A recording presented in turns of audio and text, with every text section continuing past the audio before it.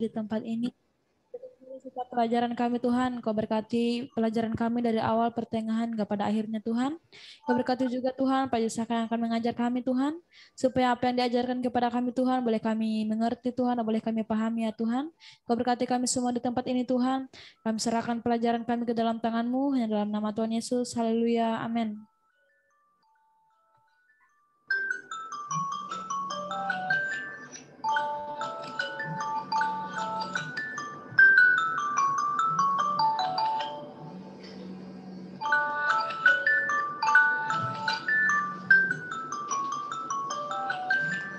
Ya, sorry, bentar. Oke, kita lanjut ya. Oke.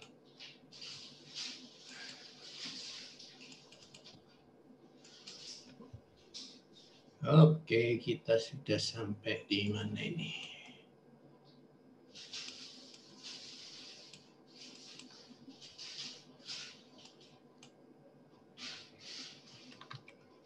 Melanjutkan tribulasi rapture ya.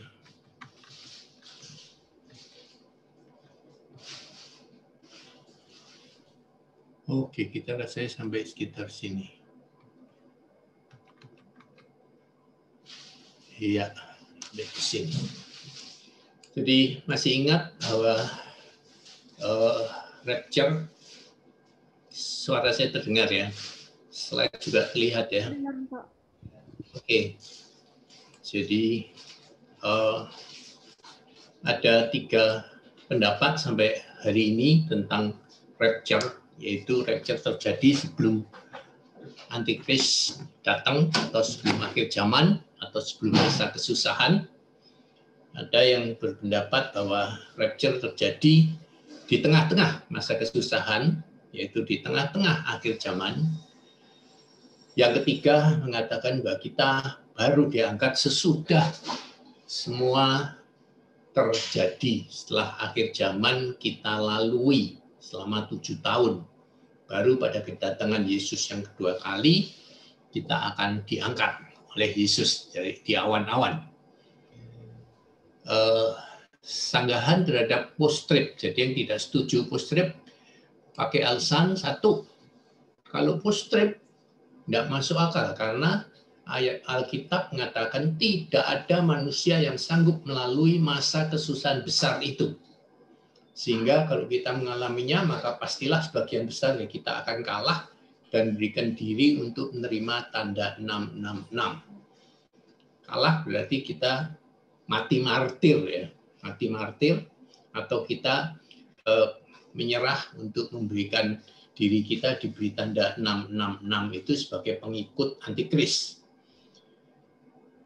Menurut mereka, Tuhan rasanya tidak merencanakan untuk mengorbankan umatnya untuk dianiaya oleh antikris.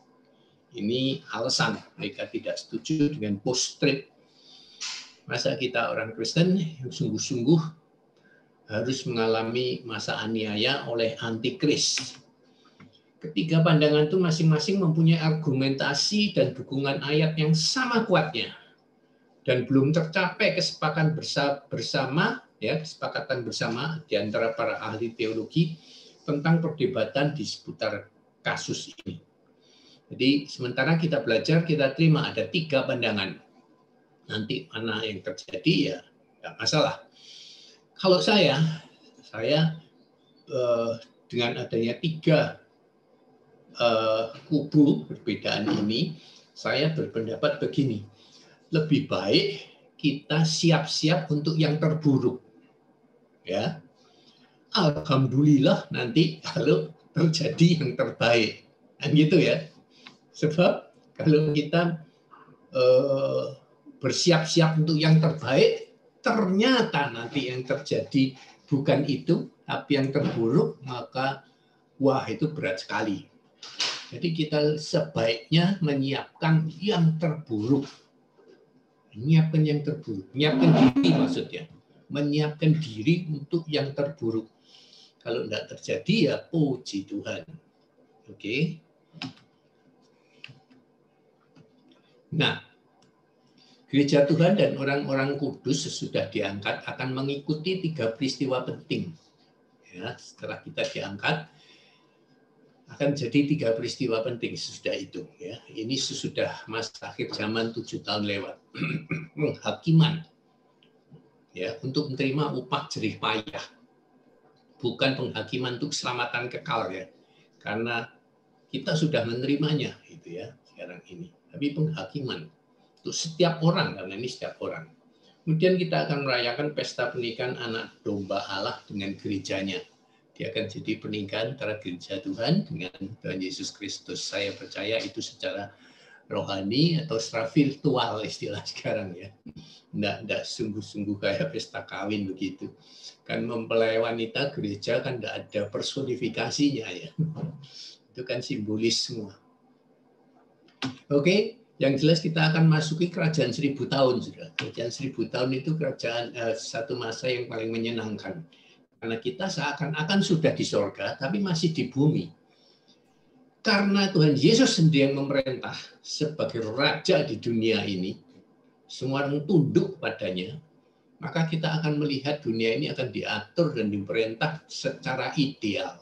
Sekarang ini kita selalu mendambakan pemerintahan negara, pemimpin, presiden, raja, dana menteri yang ideal, tapi tidak pernah ada.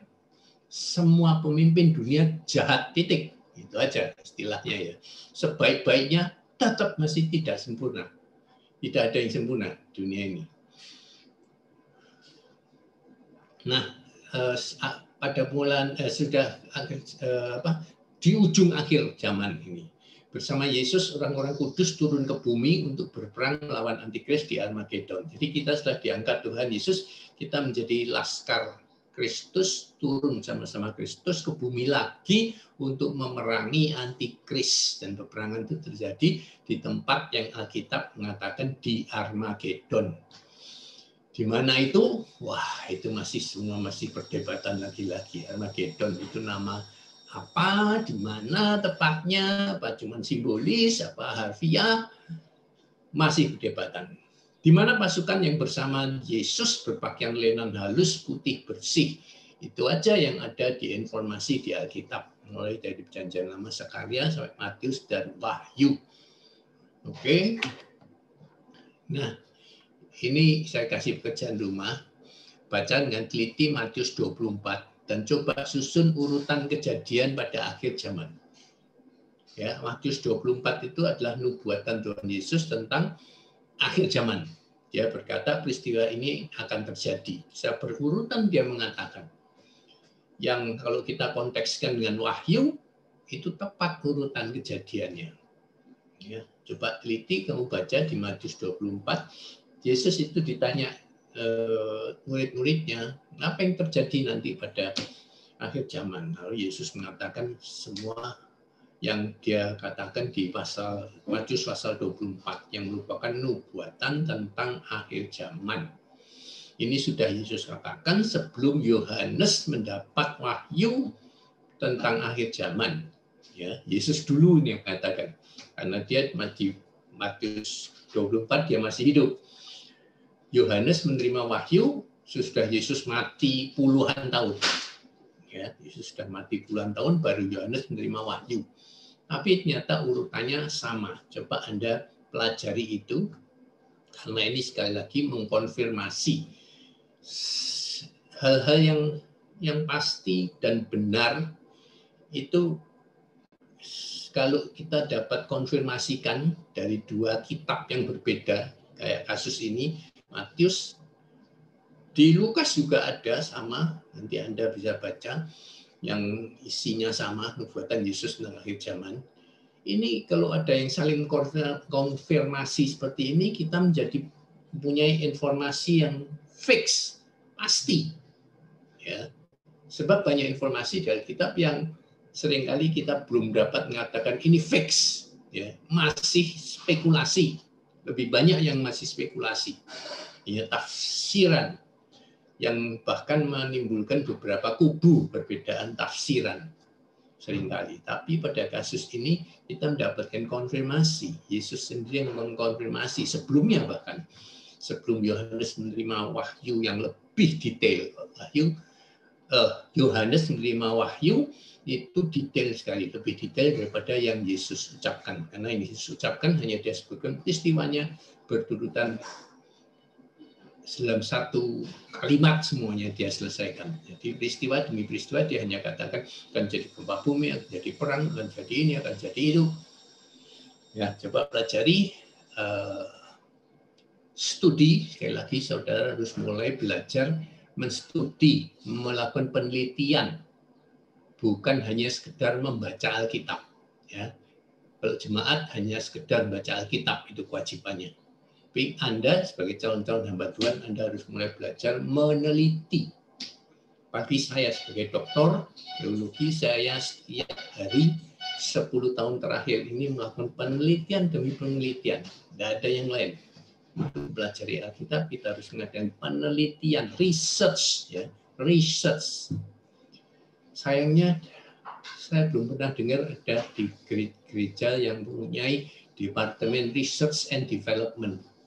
Tidak ada, semua mengabaikan hal itu. Nggak perlu di research. Semua langsung, umumnya pendeta rata-rata tanpa meneliti langsung menafsirkan setiap ayat. Begitu saja. Karena itu banyak yang miss, banyak yang salah. Karena begitu saja ditafsirkan menurut anggapan dan pikiran dia. Menurut bahkan latar belakang dia, latar belakang pendidikan, latar belakang pengalaman pribadi dia, latar belakang sosial budaya dia, itu mempengaruhi sekali penafsiran setiap orang. Dan ini yang membuat kacau sekali hermeneutika. Orang sebagian besar hamba Tuhan tidak belajar hermeneutika dengan benar-benar, hanya berdasarkan naluri dan yaitu tadi pengalaman pribadi, latar belakang sosial budaya. Ya. Orang yang punya latar belakang, misalnya latar belakang bisnismen, dengan orang yang tidak punya latar belakang bisnis sama sekali, ya, itu akan berbeda sekali dalam menafsirkan apapun juga, termasuk menafsirkan ayat Alkitab. Orang yang berpendidikan tinggi dengan orang yang kurang berpendidikan juga lain sekali cara menafsirkannya.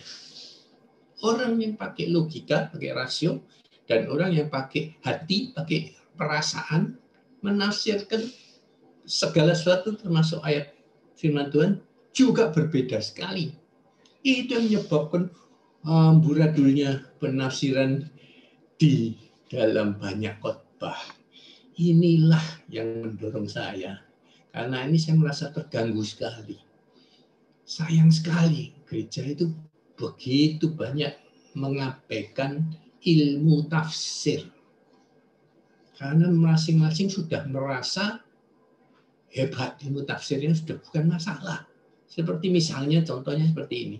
Orang Indonesia tidak merasa perlu belajar bahasa Indonesia dong. Masa kita belajar lebih dalam bahasa Indonesia? Kita sudah sejak lahir berbahasa Indonesia.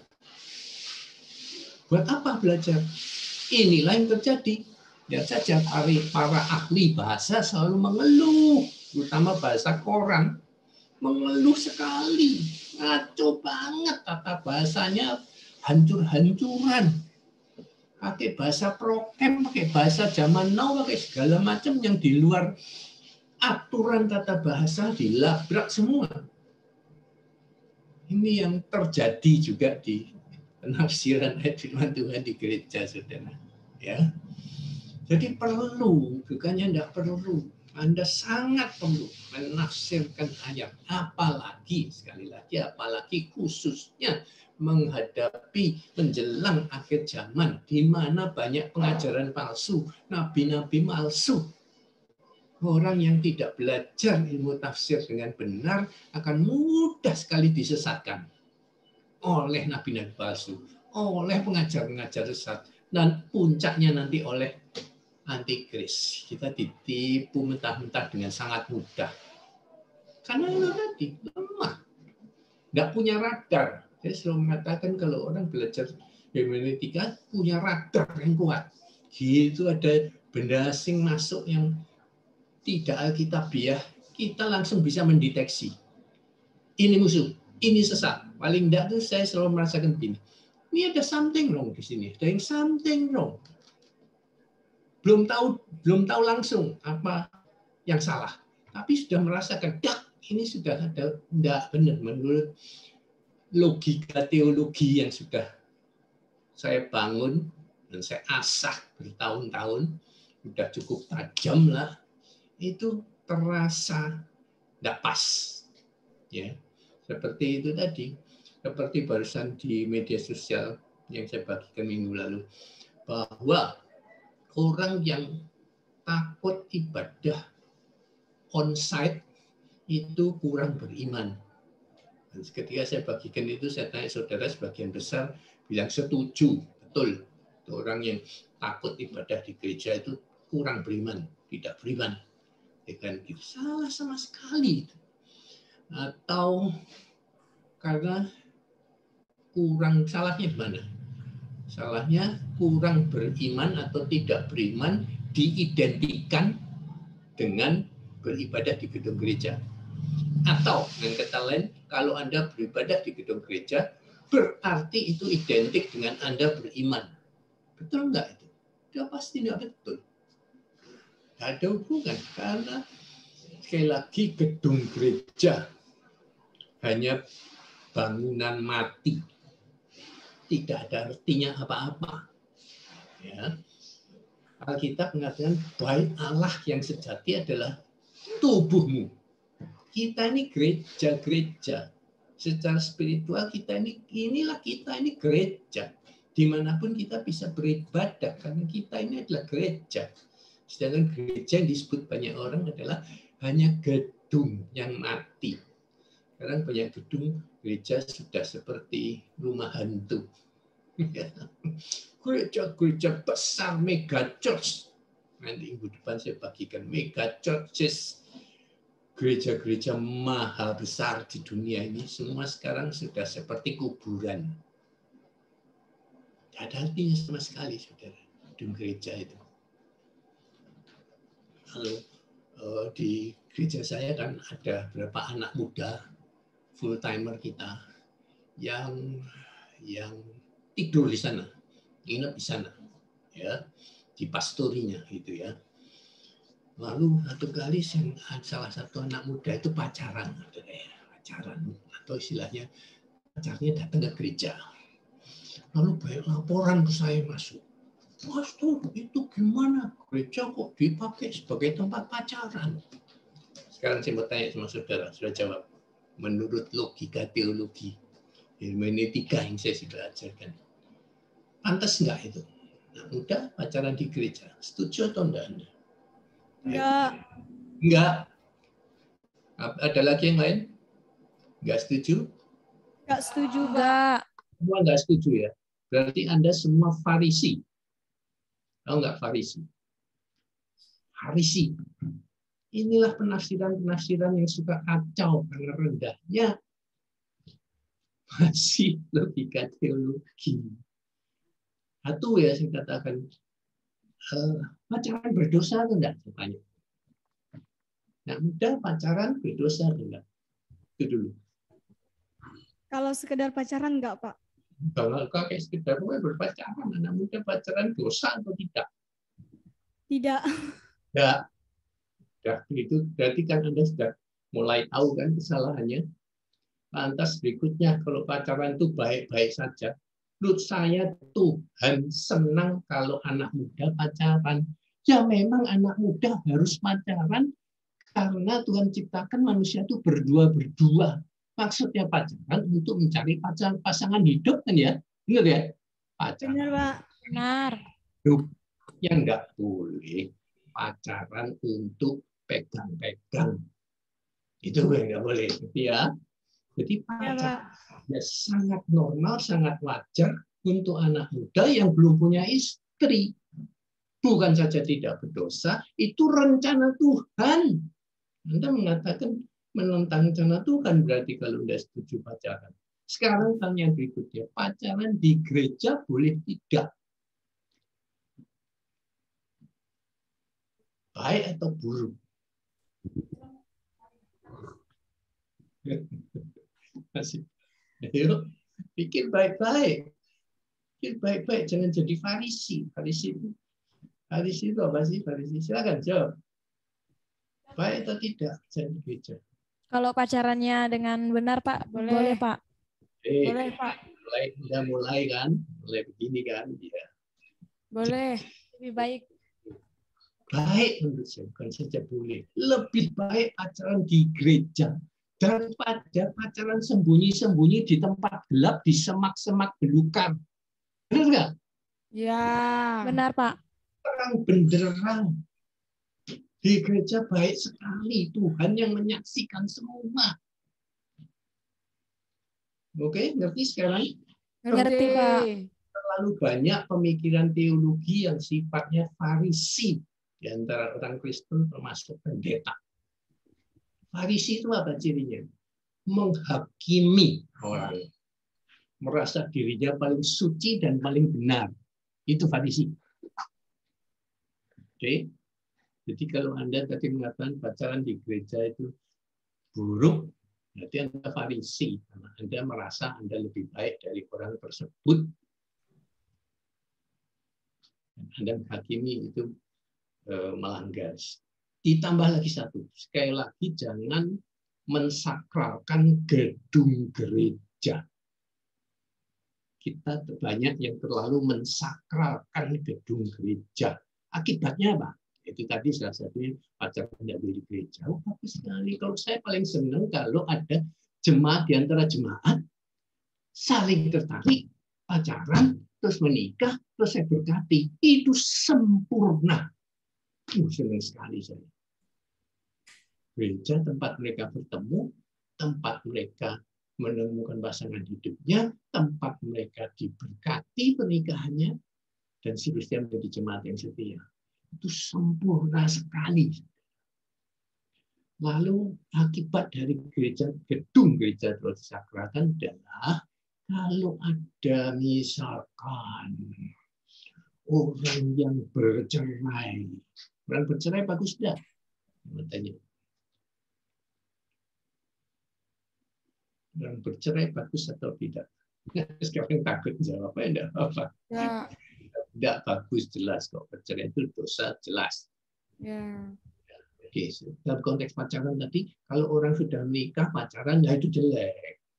Nggak boleh sudah menikah pacaran. Yang saya kalau maksudnya tadi anak muda yang belum menikah pacaran baik sekali, bukan cuma baik. Ya. Karena Tuhan cipta kita dulu. Oke, sekarang kembali ke gereja yang perlu disakralkan. Ada orang bercerai jadi jemaat kita baru gitu ya. Kita sudah terganggu. Apalagi terus mau ambil bagian yang pelayanan. Boleh nggak? Yang tidak bercerai ambil bagian dalam pelayanan. Enggak banyak. Enggak banyak gereja, hampir semua begitu juga. Anda orang bercerai, berarti Anda sudah berdosa, dan ini yang kuatnya. Sampai titik di sini betul. Cerai dosa, titik selesai. Dan untuk selamanya, Anda akan dicap sebagai orang berdosa. Di sini gawatnya. Tidak ada kesempatan kedua, tidak ada pengampunan sama sekali. Dosa cerai bisa diampuni atau tidak? Ini pertanyaan sulit, memojokkan negara. Dosa bercerai bisa diampuni dan boleh diampuni. Kalau lebih tajam harus diampuni. Ayo jawab yang berani. Jantan. Jantan. Agape, semua dengar agape Anis. Ayo, agape Anis. Anda masih ada di tempat atau enggak? Bingung setiap kali. Agape Anis. Ada, Pak. Ya, dengar semua. Menurut Dengar, Pak. Orang bercerai bisa enggak diampuni? Bisa. Bisa. Jangan kita menghukum seorang sudah melakukan dosa sekali, terus seumur hidup kita cap, katakanlah pencuri lah. Dia mencuri uang gereja, mencuri uang kolektor. Buruk sekali, betul dosa itu. Tapi bisa nggak diampuni? Gitu. Pertanyaannya. Kalau tidak bisa diampuni, kita sama dengan agama yang lain. Mereka tidak punya darah anak domba yang dapat menghapus segala dosa. Segala dosa. Itu mengatakan lahir baru satu kali.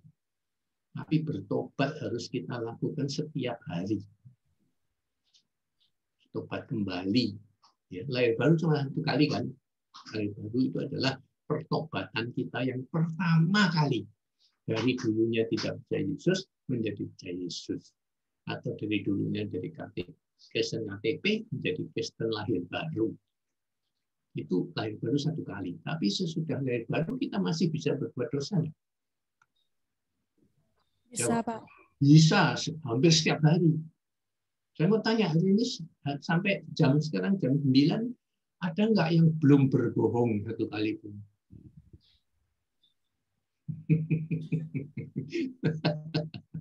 Berani nggak bilang saya belum berbohong hari ini? Saya sih nggak berani. Kali sengaja dan sengaja kita sudah berbohong. Setiap hari, setiap detik kita bisa berbohong. Istilahnya begitu, saudara ya. Jadi karena itu sesudah lahir baru, kita harus bertobat setiap hari, saya bilang. Kalau doa malam, jangan lupa minta ampun akan segala perbuatan kurang baik kita, dosa kita, kesalahan kita yang kita lakukan dengan sengaja atau tidak sengaja. Harus bertobat. Oke, minta ampun. Dan kalau kita sudah lakukan itu, apakah Yesus mengampuni? Pertanyaannya. Mengampuni. Yes. Ini yang saya paling sedih. Yesus sudah mengampuni, gereja belum mengampuni atau tidak mau mengampuni. Gereja sudah mengampuni, jemaat tidak mau mengampuni. Ini kejahatan luar biasa. Farisi banget. Amin, saudara. Saudara, dan saya harus menyadari, dalam diri setiap kita yang sudah lahir, baru sekalipun, ada spirit Farisi. Seberapa persen pun masih sisa, masih ketinggalan, itu pasti itu ada, saya bisa katakan. Jangan mengatakan saya bebas dari roh Farisi. Ada. Saya tidak melihat banyak orang sudah kudus benar-benar. Ada nggak orang kudus benar-benar di dunia ini? Benar-benar kudus. Ada nggak? Saudara. Tidak dengar, susah pertanyaan saya. Kami jawab salah. Ya takut Anda jawab. Apa saudara? Ada nggak sih orang kudus di muka bumi ini? Nggak ada, Pak. Nggak ada, Pak. Kalau pakai definisi Alkitab, kekudusan yang memang luar biasa, murninya, sucinya, itu memang saya pikir nggak ada, saya pikir. Tetapi Alkitab mengatakan, hendaklah engkau kudus karena aku kudus. Kalau Tuhan memerintahkan sesuatu, lalu tidak mungkin kita lakukan, itu aneh. Aneh ya. Tuhan berarti salah. Tuhan berarti bodoh. Karena memerintahkan sesuatu yang tidak mungkin kita lakukan. Menurut saya standar kekudusan kita seringkali seperti Farisi lagi-lagi. Standar kekudusan Tuhan itu lebih toleransi, bukan toleransi. Kurang-kurang dikit ya sudah bagus sempurna. Ya, saya kasih contoh mungkin cuma gini. Saya kurang setuju memang dengan doktrin gereja Roman Katolik yang sering mengangkat orang jadi santo atau santa. Santo, orang ini jadi santo, ini jadi santa. Umumnya semua kalau sudah jadi kardinal atau jadi paus atau jadi yang tinggi-tinggi, itu yang disantokan atau disantakan. Tidak ada orang biasa-biasa disantokan atau disantakan. Jadi berdasarkan kedudukan. Saya meragukan sekali. Sangat meragukan. Khususnya pastor-pastor Katolik, karena mereka tidak menikah. Udahlah, saya tidak tahu berapa persen, feeling saya 90% pasti berzina. Karena tidak kawin, tidak punya istri. Di Amerika udah jelas sekali ada resmi harem, atau harem. Harem itu seorang pastor yang mengumpulkan wanita-wanita di satu tempat yang menjadi tempat penyaluran biologis dia. Ya cuma satu orang berarti. Alap. Orang dibatasi itu kalap. Tapi sekarang PPKM darurat segala macam, ini orang kalap kan ya. Karena disumbat. Kesalahan menurut saya, penafsiran saya. Itu banyak yang tidak sependapat, gereja Katolik terutama tidak sependapat. Mereka mewajibkan, mengharuskan setiap pastor itu selibat. Selibat itu hidup tidak menikah. Ya, itu tidak ada dasar alkitabiahnya, bahkan bertentangan dengan Alkitab. Alkitab menciptakan manusia itu berpasang-pasangan. Binatang saja dibuat pasang-pasangan. Jadi pastor tidak boleh menikah itu melawan, menentang itu. Itu kesalahan utamanya. Dasarnya, kita tahu dasarnya pakai logika biasa dunia. Orang yang punya keluarga, kalau pelayanan itu sering tidak bisa fokus. Kalau istrinya sakit, kalau anaknya mau sekolah tidak punya uang dan sebagainya, itu mengganggu pelayanan. Betul, itu betul. Ya, logika dunia betul. Tetapi solusinya lalu mengharuskan tidak menikah, ini yang jadi masalah. Solusinya bukan begitu. Ya. Kedua dasarnya apa? Dasarnya Rasul Paulus.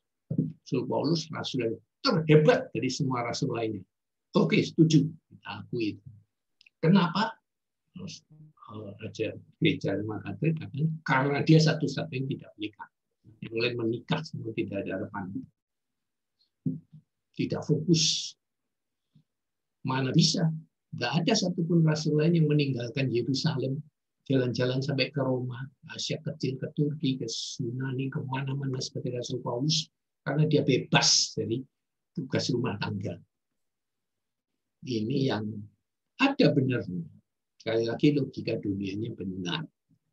Ya, tapi sekali lagi juga betul dia tidak mikirin anak istri, kebutuhan macam-macam, merengek-rengek dan sebagainya di rumah, dapur yang tidak berasap dan sebagainya, dia pusing itu. Tetapi ada satu hal yang paling memusingkan dia. Tidak ada penyaluran biologis. Nah, ini kacaunya luar biasa. Jadi efek samping yang jauh lebih dahsyat, lebih berat, lebih buruk daripada pendeta biasa yang menikah hidup normal. Ya ada masalah rumah tangga biasa, normal. Tapi samping itu juga ada kebahagiaan yang mengimbanginya. Ya, jadi itu kesalahannya. Yang saya bingung juga, tidak konsekuen mereka.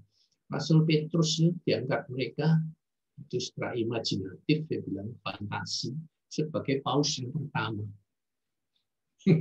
Pertama tidak ada bukti sama sekali bahwa Petrus pernah pergi ke Roma. Gimana dia bisa jadi paus?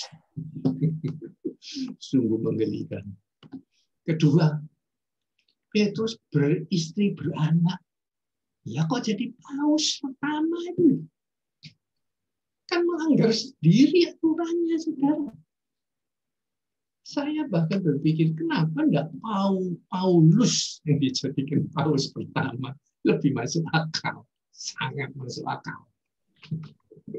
Kalau memang kacau kita biar mereka sangat lemah apalagi hermeneutika, minta ampun. Ya pulang Katolik ngomong suruh keluar dari Alkitab. Susah saya mendengar mereka.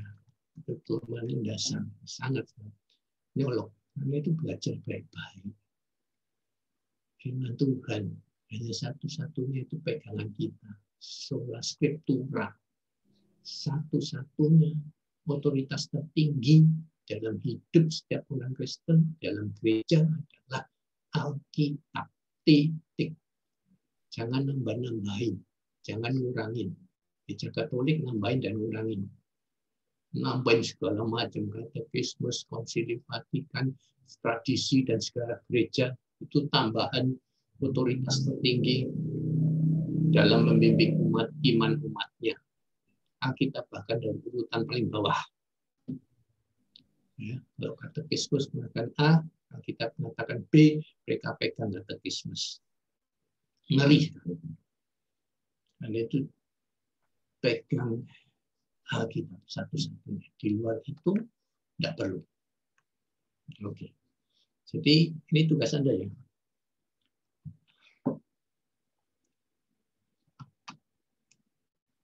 Urutan jadian akhir zaman menurut nubuatan Tuhan Yesus di Injil Matius pasal 24. Itu tugas ya. Saya perjelas lagi ya. Tugas Anda ya. Ngerti? Tugasnya tahu ya? Jelas ya? Tuliskan urutan kejadian akhir zaman menurut nubuatan Yesus di Matius pasal 24. Oke? Itu tugas Anda ya? Jelas. Oke, jelas. Ya. Ini saya cuplik sebagian. Matius 24 ketika Yesus duduk di atas bukit Zaitun, datanglah murid-muridnya padanya untuk bercakap-cakap sendirian dengan dia. Kata-kata ini penting saya garis bawahi, bercakap-cakap sendirian dengan dia. Jadi ini suatu rahasia. Dia tidak ucapkan dalam khotbah di depan banyak orang, tapi dia hanya bercakap-cakap sendirian dengan murid-muridnya. Jadi ini rahasia khusus untuk orang pilihan. Ya.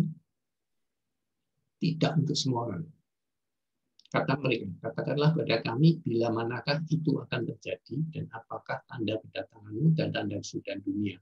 Sebelumnya Yesus sedikit menyinggung tentang akhir dunia. Ya. Lalu ayat 4 jawab Yesus pada mereka, waspadalah supaya jangan ada orang yang menyesatkan kamu. Itu kalimat pertama Yesus yang saya garis bawahi. Ketika menjawab pertanyaan tentang apa tanda kesudahan dunia.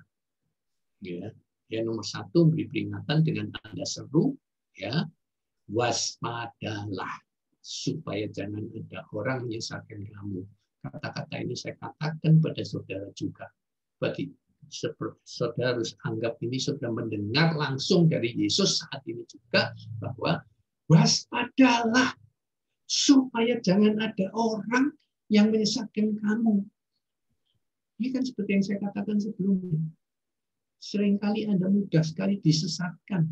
Pertanyaan-pertanyaan teologis saya Anda selalu jawab secara sesat, secara salah, secara tidak tepat. Sehingga kalau nanti ada mendengar yang seperti Anda katakan, Anda bilang, oh betul itu, amin, amin, amin. Itu berarti Anda sudah disesatkan. Jadi kata pertama, Tuhan Yesus berkata, masuki akhir zaman cuma satu, waspadalah, jangan mudah disesatkan. Caranya gimana? Supaya waspada, jangan mudah disesatkan. Nah, saudara, saya mau tanya saudara, apa?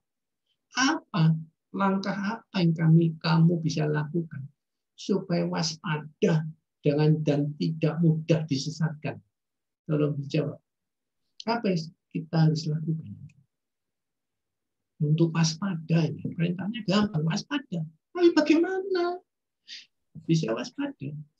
Jawab tolong. Anis, saya mau dengar suara Anis. Anis, silakan. Anis, apa yang harus Anda bisa lakukan? Apa yang bisa saya lakukan? Ya, kurang jelas suaranya. Ayah. Udah nyala. Udah nyala ya. Dengan berdoa, Pak. Berdoa. Oke, bagus. Ya. Bagus, sudah. Kemudian hidup dengan Tuhan gitu, kayak seperti hubungan khusus. Bisa kalau kita kan biasanya kita ketemu pribadi dengan Tuhan mungkin dengan cara apa tadi itu seperti berdoa, seperti apalagi membaca firman Tuhan. supaya mengingatkan kita kembali supaya kita tidak salah arah tujuan kita, supaya kita tidak mudah untuk digoyahkan seperti itu, Pak. Oke, sudah ada dasar yang baik, tapi satu hal yang paling penting belum Anda sebutkan. Kebanyakan orang memang berdoa, ya, karena berdoa dan berjaga-jaga banyak. Untuk akhir zaman kita hanya bisa berdoa dan berjaga-jaga. Ini yang bahayanya di sini. Berdoa saja, Anda tetap mudah disesatkan. Kalau tidak belajar sungguh-sungguh firman Tuhan. Oke, membaca saja lagi juga tidak cukup, selalu saya katakan.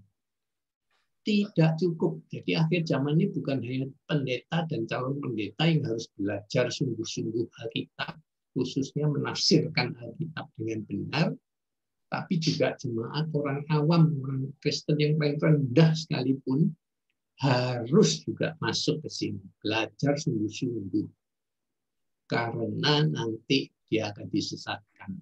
Tidak ada pendeta yang bisa nolong lagi pada masa-masa susah itu. Ya, tidak seperti sekarang kita tak ngerti ayat, kita bisa mudah tanya pendeta atau teolog. Ya, sekali lagi berdoa itu nomor satu, lalu harus dilanjutkan dengan tindakan. Belajar terus. Kalau buat Anda semua meneliti, terus meneliti. Karena itu setiap bulan saya kasih tugas penelitian sama Anda. Satu-satunya cara waspada, tidak mudah disesatkan adalah meneliti. Makin dalam penelitian Anda, makin aman Anda. Ya, sekali lagi, ora et labora itu sering dilupakan oranya. Ora itu berbuat. Ya. Ora itu berdoa, laboranya sering dilupakan. Labora itu bekerja, berdoa dan bekerja, berdoa dan bertindak. Iman tanpa perbuatan mati. Ini semua intinya ada di sini. Anda punya iman, Anda sering berdoa, titik mati Anda. Kalau titik sampai di situ, tidak ada tindakan, mati. Contoh paling sederhana begini, Anda besok mau ujian, ya, besok mau ujian akhir, lalu Anda berdoa seharian dari pagi sampai malam, Tuhan tolong aku besok bisa menjawab semua pertanyaan ujian akhir dengan baik dan lulus. Seharian Anda berdoa sampai malam, tidur. Besok bisa nggak kerjain? Tidak. Karena apa yang lupa dilakukan? Kalau ujian, apa yang belajar? Berdoa dan belajar. Lah iya, setelah berdoa itu belajar. Kalau saya malah saya balik, saya tanggap ya, belajar dulu, lalu berdoa. Atau paling bagus idealnya berdoa, belajar, berdoa. Ya. Berdoa pertama itu gunanya Tuhan kasih aku otak encer, mudah mengingat. Ya. Amin. Itu aja cukup. Saya itu belajar sungguh-sungguh, semua dihafal, diingat, wah, direnungkan sampai hafal betul. Udah merasa udah benar-benar maksimal kita belajarnya. Berdoa lagi, Tuhan, aku mau tidur. Aku minta supaya apa yang aku sudah ingat seharian ini sudah hafal, jangan hilang. Cukup itu saja begitu. Kan kadang-kadang kita kalau ujian tegang blank ya. Itu sudah hafal, belajar semua harian penuh. Begitu ujian saking gugupnya kita blank, semua lupa yang kemarin dipelajari. Pernah ngalamin itu? Pernah. Nah, berarti Anda lupa berdoa sesudah belajar, Tuhan, Tuhan, lengketkan yang apa yang sudah aku pelajari dan hafal ini, besok jangan hilang. Dan besok tidak blank, besok tidak panik, besok tidak tegang, tapi tenang. Ya kan? Itu doanya mesti seperti itu. Oke. Tapi terlalu banyak orang Kristen Farisi, termasuk pelajar, mahasiswa, yang ngeroh sekali, bilang kalau mau ujian cukup belajar dan minta Roh Kudus waktu ujian membimbing saudara. Jadi Roh Kudusnya ajaib ya. Saudara tiba-tiba besok di kelas ujian, saudara jadi robot, mati semua. Anda jadi robot total, lantas tangan Anda dipegang oleh Roh Kudus, lantas disuruh menuliskan tanpa Anda sadar apa yang ditulis, Anda tuliskan. Itu semua jawaban ujian. Maunya saudara begitu. Saya juga mau kalau bisa begitu, saudara. Tapi itu khayalan. Fantasi teologi yang terlalu rohani, dia bilang. Aduh, maaf saya ini kalau ngomong suka terlalu to the point. Ada yang tersinggung, saudara. Saya kalau ngomong teologi terlalu to the point supaya jelas. Ya, saya ini pakai bahasa Surabaya. Kan Surabaya itu beginilah kalau ngomong. Ya, to the point supaya jelas, supaya saudara shock. Lo sadar gitu. Ya, shock. Hanya saya diundang ngajar gini terus tidak diundang lagi karena mereka shock. Itu saya kasih pertanyaan, mereka jawab salah sudah ngawur. Itu bahasa Surabaya. Hanya orang tersinggung begitu. Saya harap saudara tidak tersinggung. Karena sekali lagi itu juga ngetes. Bagi calon hamba Tuhan kalau gampang tersinggungan tidak lulus. Kadang saya sengaja juga. Kadang saya sengaja. Karena sekaligus ngetes karakter Anda. Gampang tersinggungan, aduh, jemaat apalagi sudah paling gampang tersinggungan. Gitu. Kalau dihakimi, gitu ya. Kita itu harus ngerem sedikit, saya harus belajar ngerem sedikit. Oke, kita lanjut. Sebab banyak orang akan datang dengan memakai namaku dan kata akulah Mesias. Saya kasih nomor 1 ya. Dan mereka banyak menyesatkan orang dan seterusnya dan seterusnya. Saya kasih nomor urut 1, 2, 3 semuanya. Saudara coba pelajari itu semua nanti, ya. Dan kirim jawabannya ke saya. Semua ada jawabannya ada di Matius 24.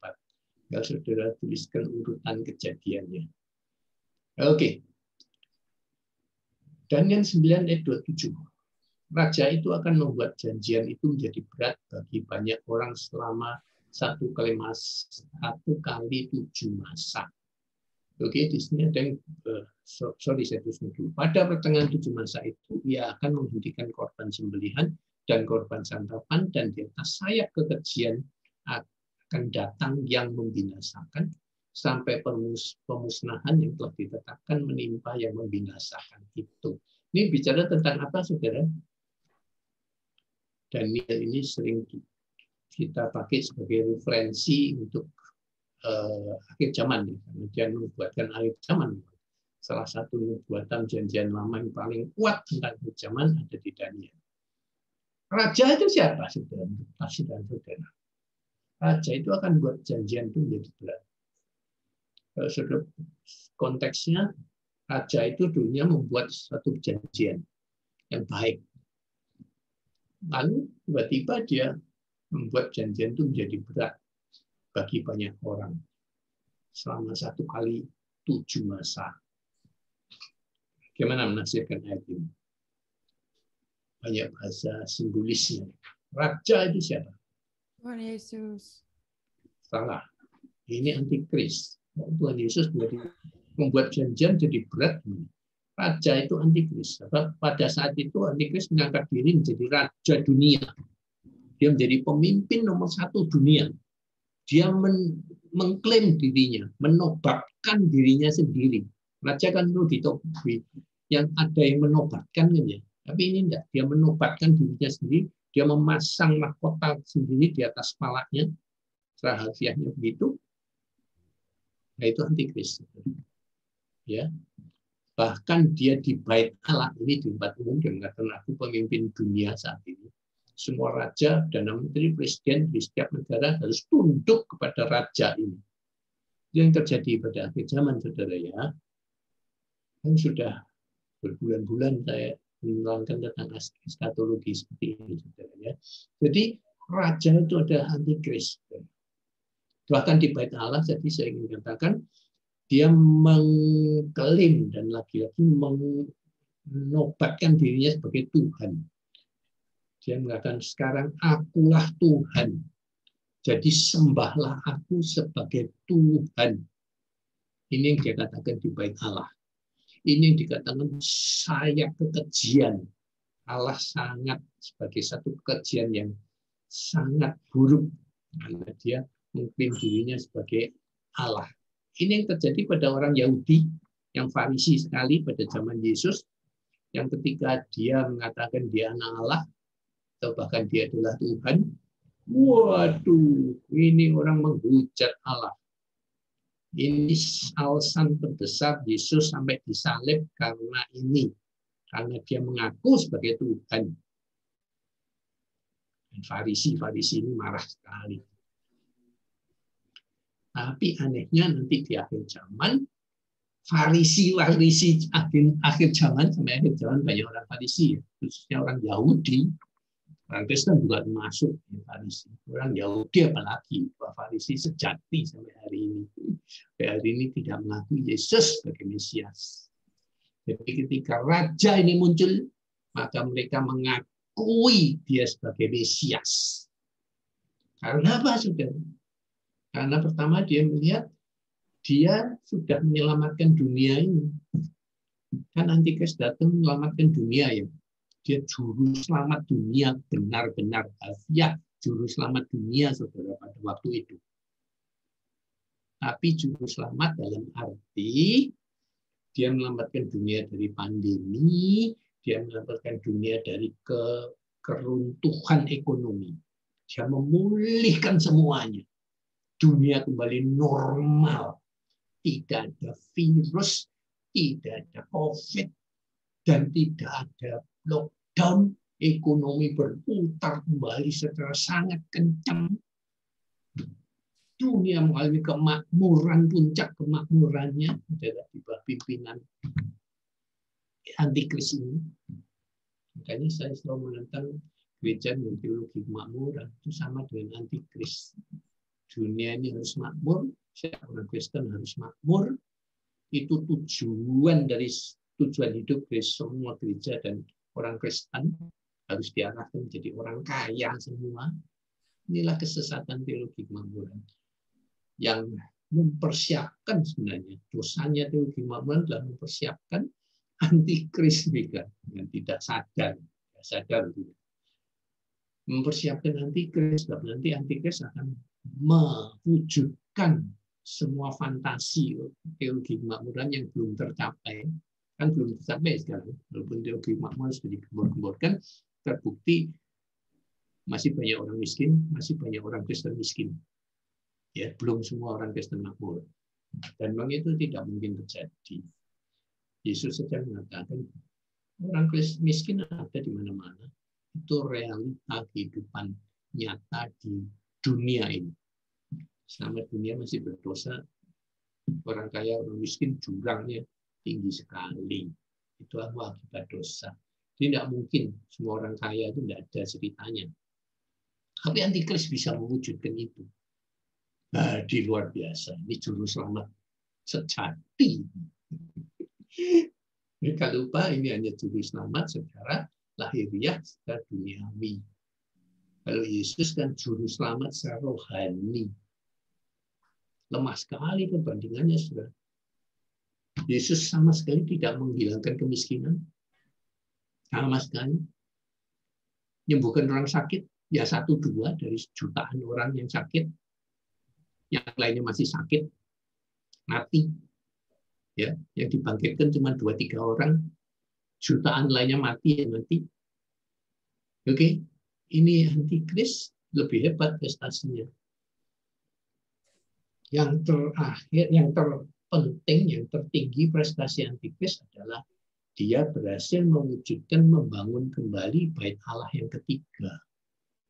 Bait Allah ketiga ini berhalanya orang Yahudi sampai hari ini ya. Bangsa Israel sampai hari ini, negara Israel sampai hari ini salah satu perjuangan terpentingnya adalah membangun bait Allah yang ketiga. Oke. Bait Allah Salomo itu bait Allah yang pertama. Lalu setelah itu dihancurkan oleh banyak bangsa. Lalu kemudian dibangun lagi bait Allah yang kedua, yang sampai zaman Yesus ada, itu bait Allah yang kedua. Itu dihancurkan, dibakar pada tahun 70 Masehi oleh Raja Romawi yang namanya Kaisar Nero, orang yang paling kejam di dunia. Dibakar habis, bayar ludes, dan sampai hari ini belum berhasil dibangun kembali. Reruntuhannya saat ini ada di bawah fondasinya sebuah rumah ibadah agama lain. Yang secara manusiawi rasanya mustahil untuk bisa terjadi. Ya, kecuali bait Allah mau dibangun di tempat yang lain. Tapi itu tidak otentik, saudara. Itu bukan berarti bukan bait Allah ketiga. Itu bait Allah baru. Bisa Israel maunya segala letterlock, saudara. Mereka ingin bait Allah dibangun di tempat yang aslinya, yang tidak mungkin dibangun sekarang ini.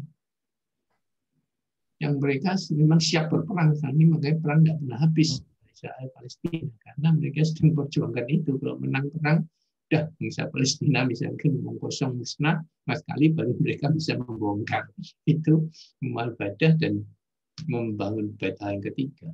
Itu yang dilakukan oleh antikris nantinya. Dan ketika itu berhasil, wah mereka memuja, menyembah dengan sangat sukarela, tidak usah diperintah. Mereka menyembah antikris ini sebagai Mesias mereka yang datang. Karena bangsa Yahudi sampai hari ini masih menunggu kedatangan Mesias mereka. Mari berdoa untuk bangsa Yahudi, saudara. Banyak berdoa. Kasihan sekali mereka. Sampai hari ini masih menunggu Mesiasnya datang untuk pertama kali.